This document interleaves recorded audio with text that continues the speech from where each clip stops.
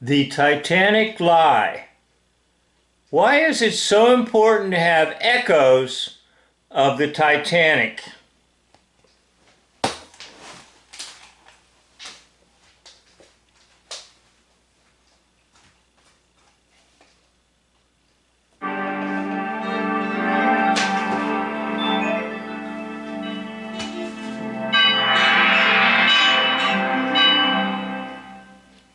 The Robert Ballard fake-out of the discovery of the sunken ship called Titanic. It was a fake-out. But over and over and over again,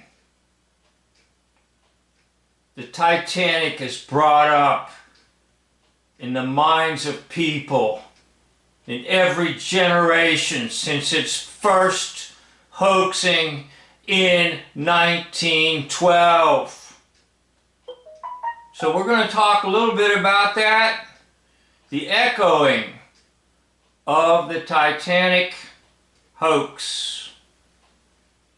This is Robert Ballard filming of the wreck, putting a plaque down there because it's sacred ground of the dead.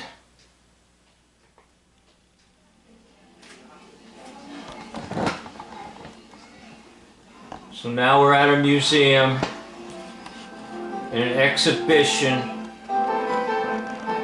I remember this. I remember going to one of them. Maybe you went to one.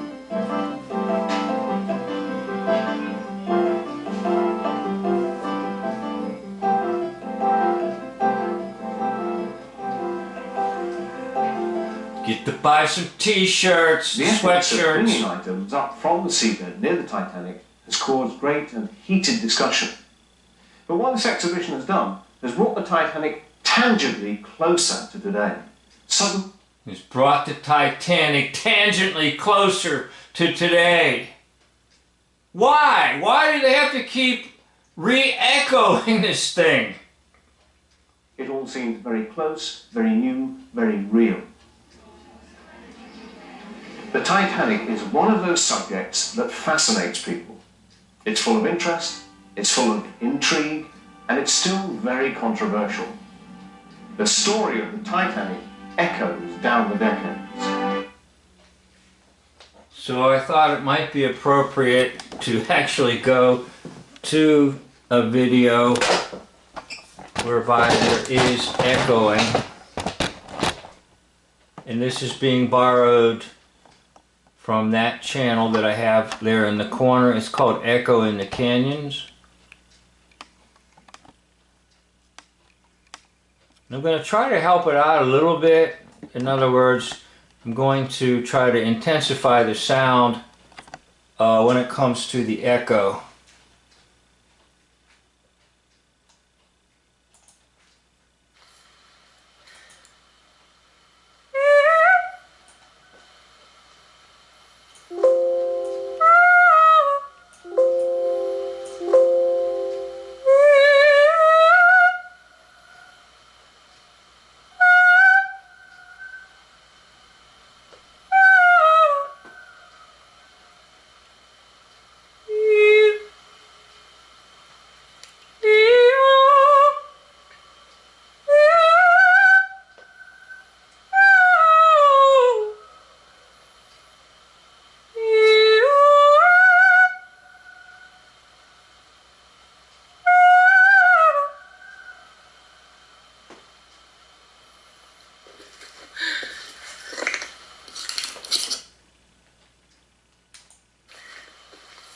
Okay, I was trying to intensify the sound with the echo, and I decided I was just sort of disrupting the whole thing.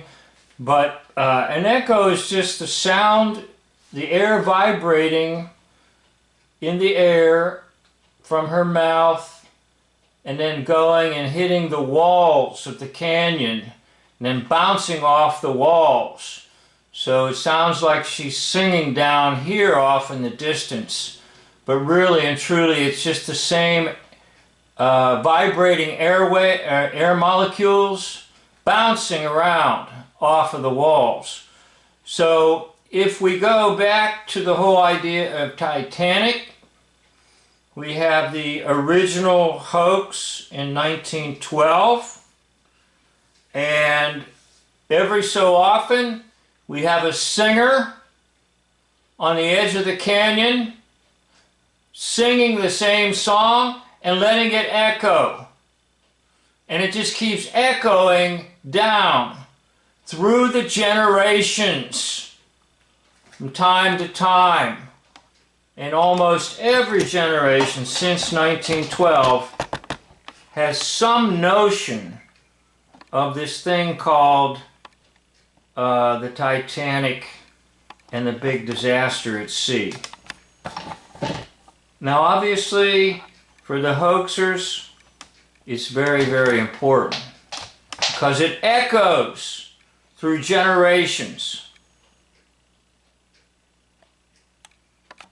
Now I'll try to bring forth just a few of my thoughts on this. Always, these types of disasters are meant to draw tourists and make money. Now they did make a lot of money with selling of newspapers, magazines, commemorative issues of different periodicals, and even objects reminiscent of this so-called Titanic vessel. So obviously it's a money maker. Secondly, it's about death worship. Why is it that people are so interested in a major disaster where lots of people die? It's because there is inside of us a death wish. And I was just out recently at one of these places that resells a lot of this stuff from Amazon that's surplus or returns or whatever. And they had some liquid death. It's supposed to be a mountain spring water. They have a skull on it with crossbones. They call it liquid death. You would think that with such a title, you won't sell one bottle. Now the interesting thing is that it was discovered that inside of people, maybe all of us, there's what's called a death wish, a thanatos.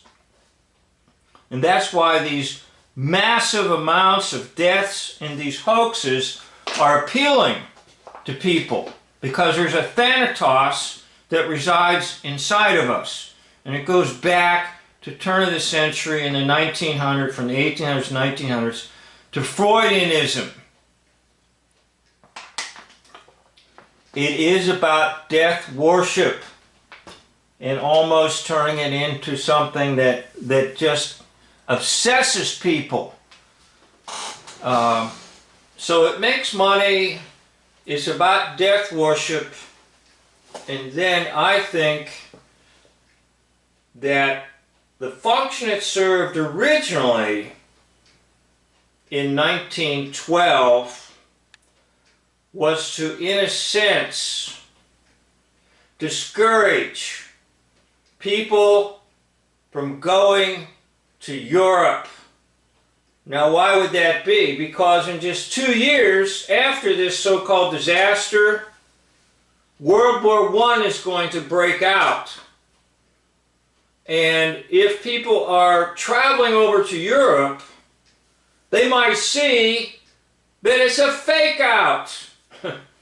And so they wanted to try to keep people from actually going over to Europe on steamliners and make everybody afraid to travel. And that's what happens in a lot of these hoaxes, a lot of the air flight explosions, the explosion over the crash of flight such and such, is to restrict travel, restrict people from freely exercising their ability to go from one country to another.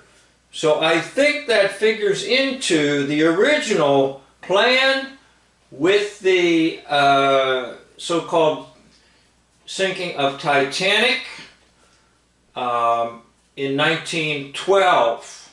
However, because it echoes so well, it has made millions and millions of dollars about books pertaining to it, and it has been a favorite subject of movies.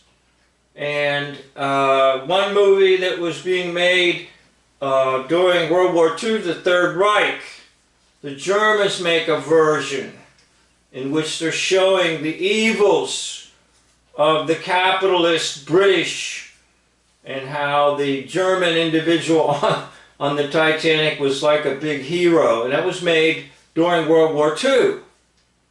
So it can be used for propaganda purposes. But there may be other reasons, and maybe you have some thoughts about why this thing echoes down through time. The Titanic and the echo effect for all of us. Everyone has some impact by the echo of the so-called sinking of the Titanic. So let's go back to Echo Canyon and we'll see how a lie can reverberate and be repeated over and over again.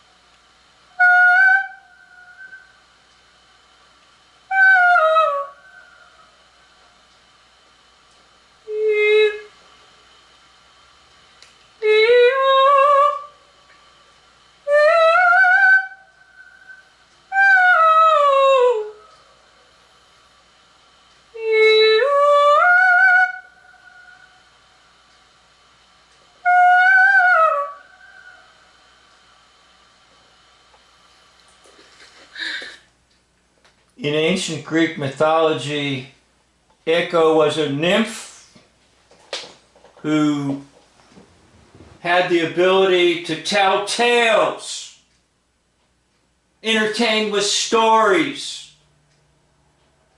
And the very fact they entitled this DVD, The Echoes of the Titanic, is telling you Echo was a tale teller. And what happened was, because Echo tried to entertain the Queen of Heaven, Hera, and distract the Queen so the King Zeus, could go out freely and do whatever he wanted, Echo is punished. And the only thing Echo can do is repeat the last lines of what was spoken to her, the nymph Echo. Now that's exactly why they called this the Echoes of the Titanic, because they're tales, and they're just coming down through time over and over and over again. I'd like to thank you for watching this video. End of video.